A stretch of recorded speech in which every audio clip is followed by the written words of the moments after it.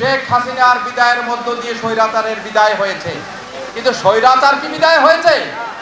স্বৈরাচারী শেখ হাসিনা বিদায় হয়েছে, তার প্রেতাত্মারা বাংলাদেশে এখনো আছে। আজকে 1971-এর পরে 73, 75 বিভিন্ন বিপর্যয়ের পরেও রাজনীতিবিদদের কিন্তু কোনো হুঁশ ফিরে আসে নাই।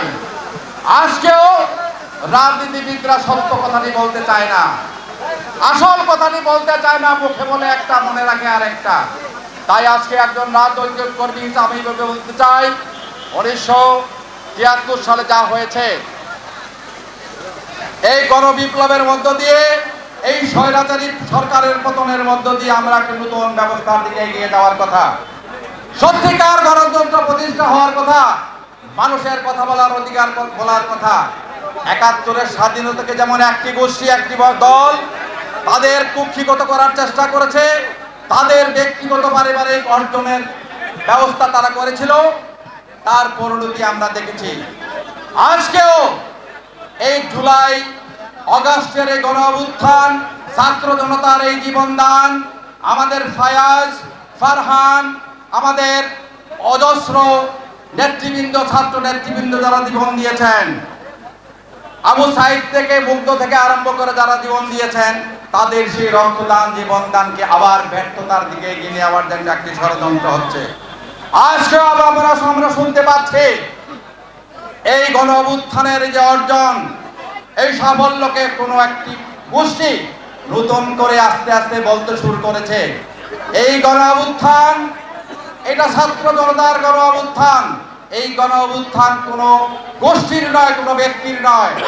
এই গণ অভ্যুত্থানে বাংলাদেশের লক্ষ কোটি মানুষ, মা বোন, আমি নিজ চোখে দেখেছি, বাচ্চা কোলে মারা রাস্তায় ছিল, ছোট্ট দুধের শিশুকে নিয়েও মা বোনরা রাস্তায় ছিল।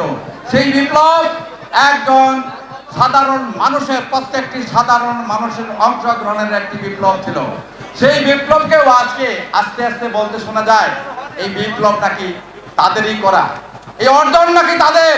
এই অর্জনকে বিসর্জন দেওয়া যাবে না, ব্যাহত করা যাবে না, ব্যর্থ হতে দেওয়া যাবে না।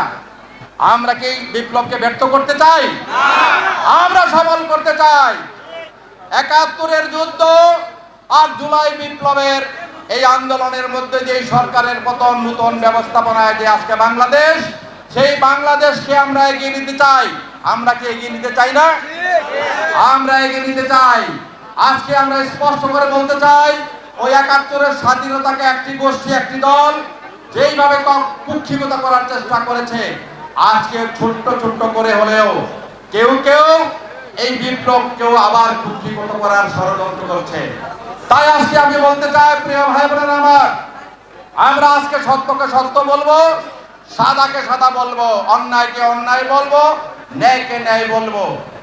তাহলেই আমাদের এই বিপ্লব, 71-এর মুক্তিযুদ্ধ, এই জুলাই আগস্টের বিপ্লব সমার্থক হবে, ফারহানদের জীবন দেওয়া সার্থক হবে।